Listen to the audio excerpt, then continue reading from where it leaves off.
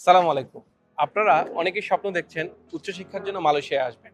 মালয়েশিয়াতে উচ্চশিক্ষার জন্য যেমন অনেক ধরনের সম্ভাবনা আছে, ঠিক তেমনি আছে অনেক রকম প্রতিকূলতা।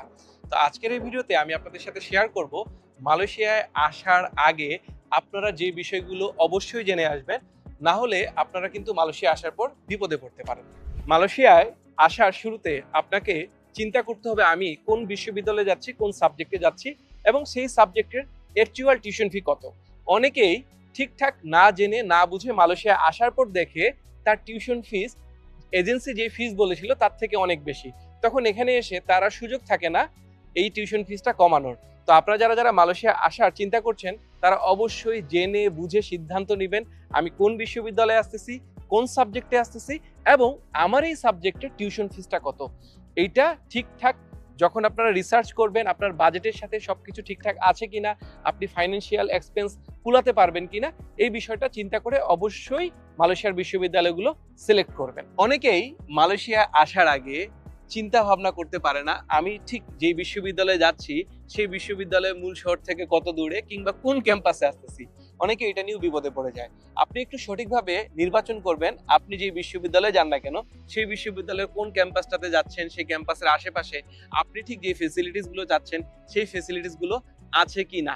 এখন অনেকেই একটু চিন্তা করে দেখেন যে অনেকেই মনে করে যে আমি একটা বিশ্ববিদ্যালয়ে যাচ্ছি, এটা থেকে কেএলএ দূরত্ব আর কতটুকুই বা হবে, সে একটা সিলেক্ট করে ফেলে কিন্তু সে চায় জব করতে।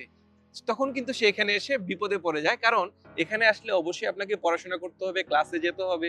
যেহেতু আপনি ক্লাস করবেন, পড়াশোনা করবেন, তখন আপনার যদি জব করতে চান সেই জিনিসগুলো আপনি মেনটেন করতে পারবেন না।